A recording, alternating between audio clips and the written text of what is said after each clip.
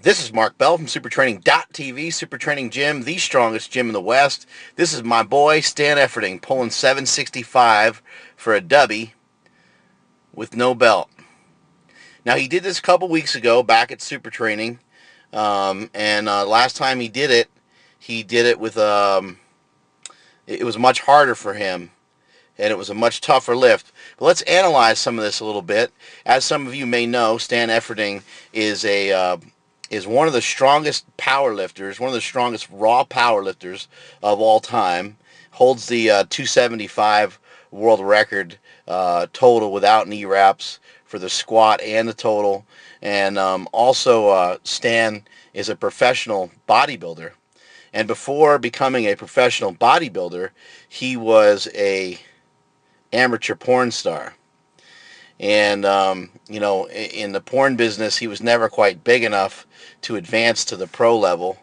But anyway, let's go over these deadlifts here. Let's watch some of these. Going to slow-mo some of this shit down a little bit for you.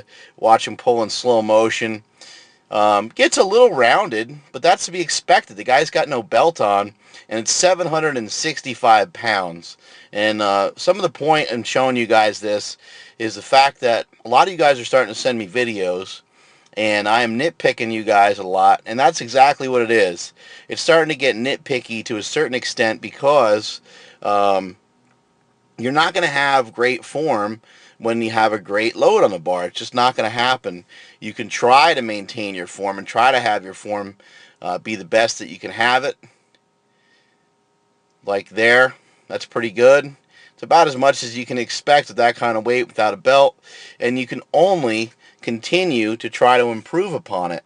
Had a guy, send me some squats recently that I'll show you guys a little bit late in another episode of the Power Project, and he's squatting 550 for a set of 5, I think. And it's just a guy with just a belt, and he weighs like 220 pounds or 230 pounds or something. So it's some pretty outstanding squatting.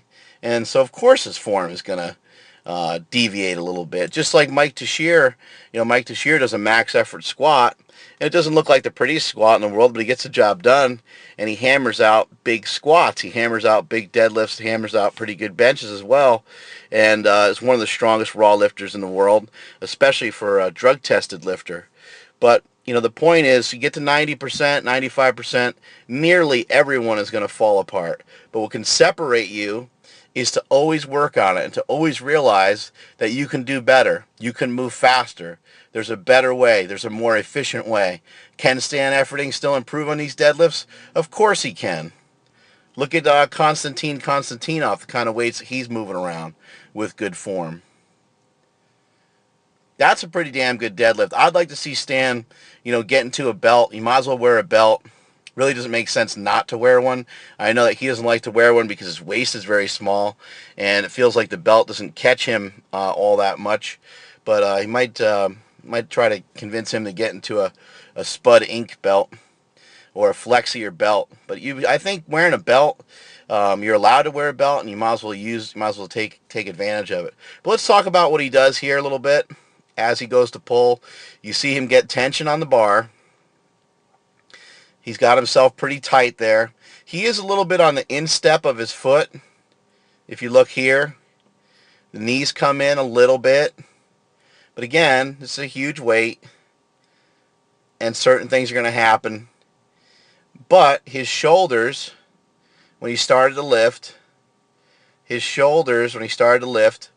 were higher than his hips, and that's what you want. You want your shoulders higher than your hips lower than your shoulders, however you want to put it. See how he got his butt down and tried to flatten that back out a little bit?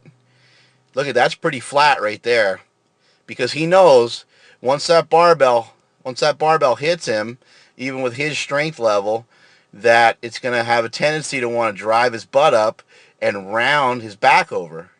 But because he started with a flat back, you don't see a lot of that happen. His butt does come up a tiny bit, and he does round. We could say he rounds a little bit, but where is he really rounding? More up here than down here, correct? Good strong pull, and all he's got to do at the top is flex his butt, turn that sucker into a hip movement. He's got it down. Let's watch it one more time. Again, at 765 pounds for a dubby by my boy Stan Efferding. Looks like he could have probably handled even more reps, 3 or 4 reps. What I would like to see Stan do, and other guys that struggle with that first rep, is to do pause reps. So dead stop pull may be effective for him to help him nail that first rep a little bit easier.